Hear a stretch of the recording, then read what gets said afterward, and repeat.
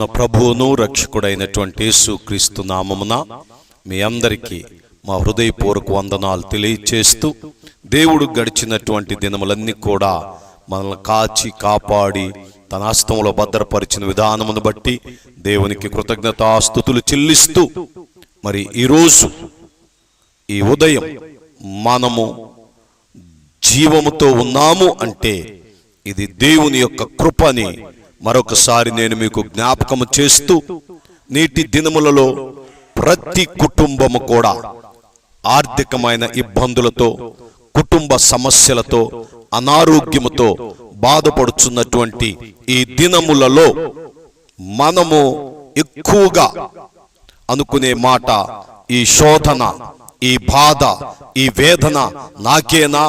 ఎందుకు నాకు ఈ శోధనలు, ఎందుకు నాకు ఈ వేదనలు, ఎందుకు ఈ బాధలు నాకు అని మనము మనస్తాపన చెందుతూ, ఆత్మీయంగా ఎదగలేక శారీరకంగా కృంగిపోతున్నటువంటి నేటి భయంకరమైనటువంటి దినములలో నా ప్రియ సహోదరి సహోదరుడా, మీకోసమే దేవుడు తన వాక్కు ద్వారా మరి మిమ్మల్ని బలపరచుటకై దేవుడు నన్ను ప్రేరేపించి ఉన్నాడు.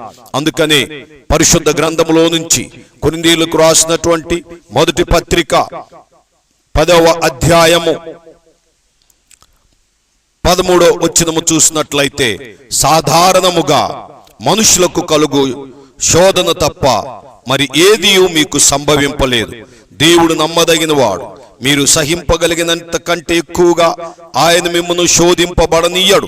అంతేకాదు, సహింపగలుగుటకు ఆయన శోధనతో కూడా తప్పించుకొను మార్గమును కలుగజేయును. తప్పించుకొను మార్గమును కలుగజేయును. ఈరోజు క్రైస్తవ విశ్వాస జీవిత యాత్రలో మనము అనుభవిస్తున్నటువంటి ఈ యొక్క శోధనలు, లేక ఈ యొక్క వేదనలు, ఈ యొక్క బాధలు మనలను ఎంతగానో కృంగతీస్తూ ఉన్నాయని ఏ మాత్రము కూడా సందేహింపకుండా నేను తెలియచేయచ్చు ఉన్నాను.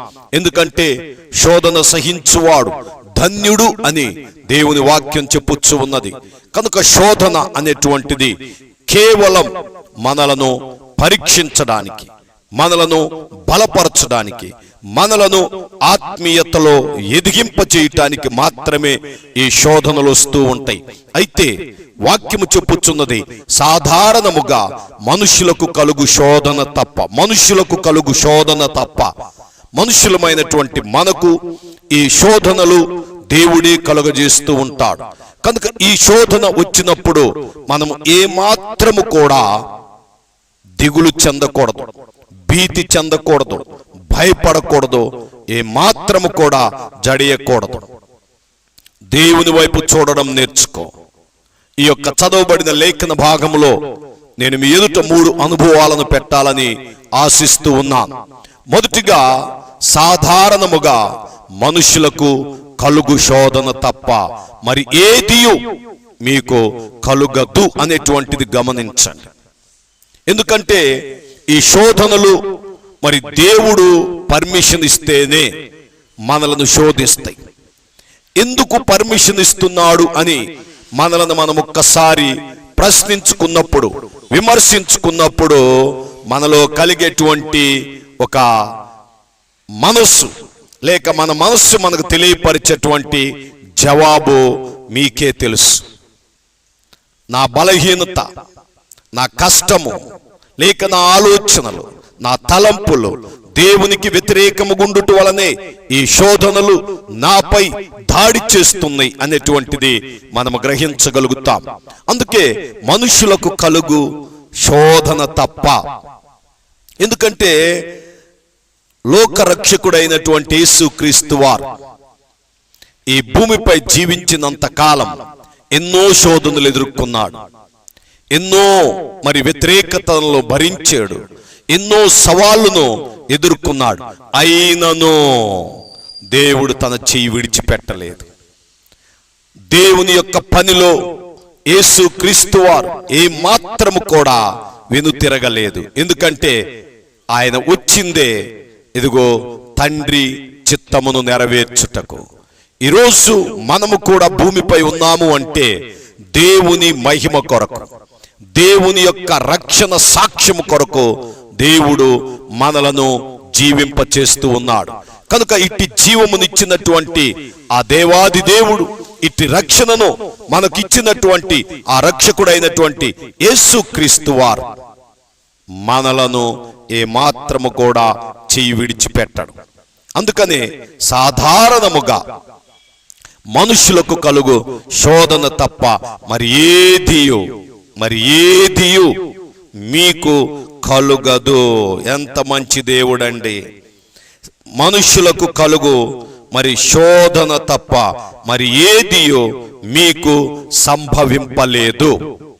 కనుక మనుషులకు కలిగే కలుగుతున్నాయి కాబట్టి మనం ఏమాత్రము కూడా ఆశ్చర్యపడవలసిన పని లేదు. భూమి మీద అందరికీ వచ్చినట్లే, భూమి మీద అందరూ జీవిస్తున్నట్లే, భూమి మీద అందరూ ఎదుర్కొంటున్నట్లే మనము కూడా ఈ శోధనలు ఎదుర్కోవాలి. ఈ శోధనలు ఎదుర్కొంటున్నప్పుడే మనము ఎవరు ఎలాంటి వారు, ఎవరు మనకు ప్రియులు, ఎవరు మనకు శత్రువులు, ఎవరు మనకు మిత్రులు, ఎవరు మనలను మరి ఆటంకపరుస్తున్నవారు, మనలను ఎవరు అవమానపరుస్తున్నవారు అనేటువంటిది మనం తెలుసుకోగలుగుతాం. గమనించండి నా ప్రభువునందు ప్రియమైనటువంటి దేవుని బిడ్డలారా, నేటి దినములలో అనేక మంది అనేక రకాలుగా మరి మనుష్యులను బాధ పెడుతూ ఉన్నారు, మనుషులను మరి కృంగదీస్తూ ఉన్నారు. అది కేవలం ఏమిటంటే అసూయ. అది కేవలం ఏమిటంటే వారిలో మనపై ఉన్నటువంటి ద్వేషమును వెళ్ళగక్కుతున్నారు. అందుకనే ఈరోజు నా జీవితంలో కలుగుతున్న ఈ శోధనలన్నిటినీ ఎదుర్కోవాలి అంటే మనము గ్రహించవలసిందేమిటంటే ఇదిగో దేవుడు నమ్మదగిన వాడు.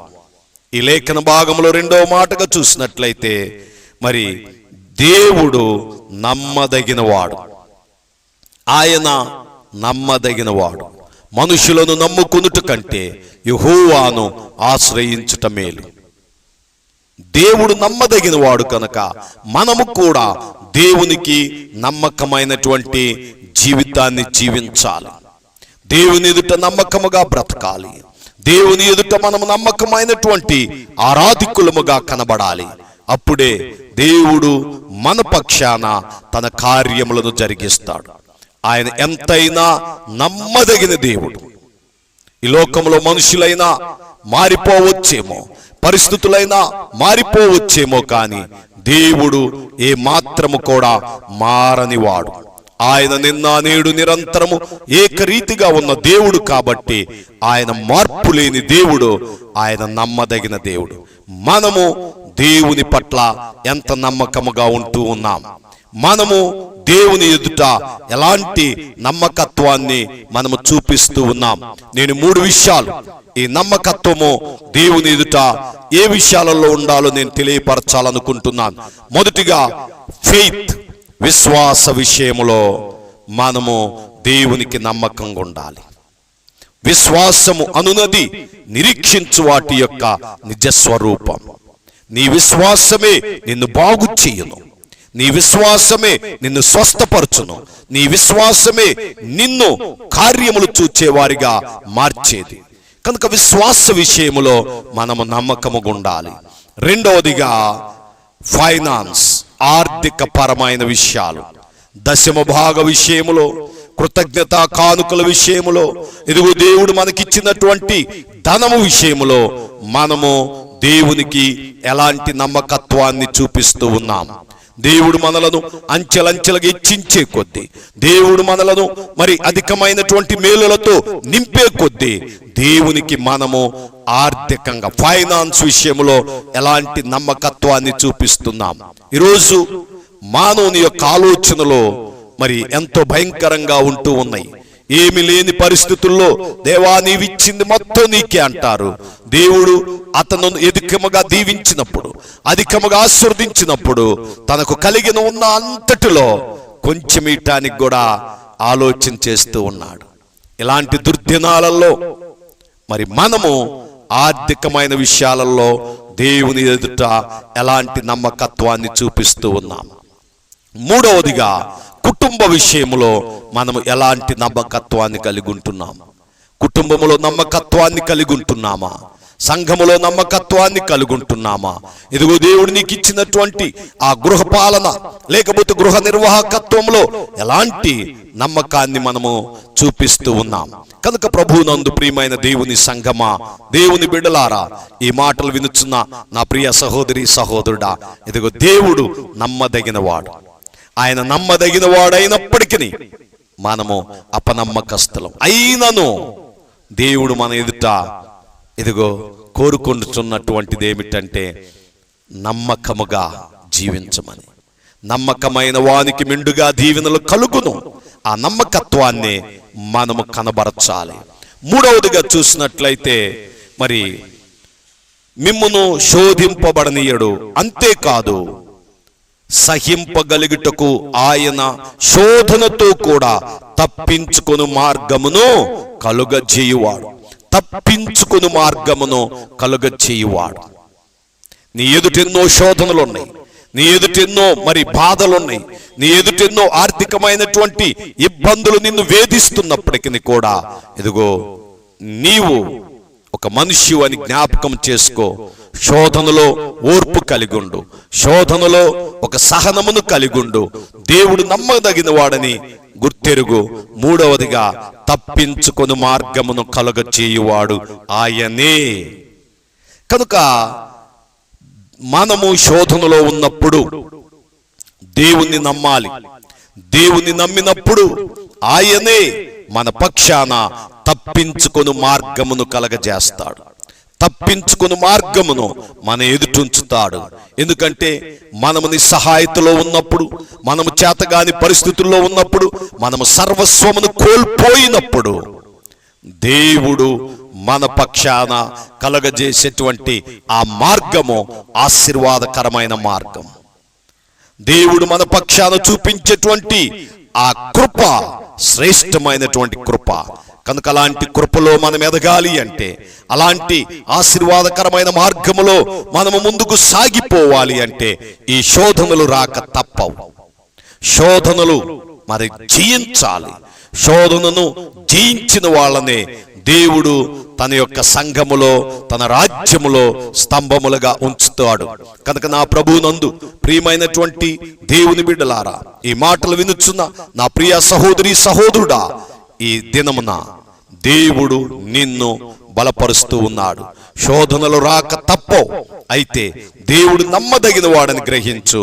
ఆ నమ్మదగిన వాడు నీ యొక్క శోధనలో, నీ యొక్క వేదనలో, నీ యొక్క బాధలలో తప్పించుకుని మార్గమును కలుగజేయువాడు అని మీరు గ్రహించినట్లయితే మీరు దేవునికి మహిమకరముగా జీవిస్తారని దేవుని సేవకునిగా తెలియపరుస్తూ దేవుడు తన మాటలు మన్నికలో దీవించి ఆశీర్వదించును గాక. ఆమేన్. God bless you.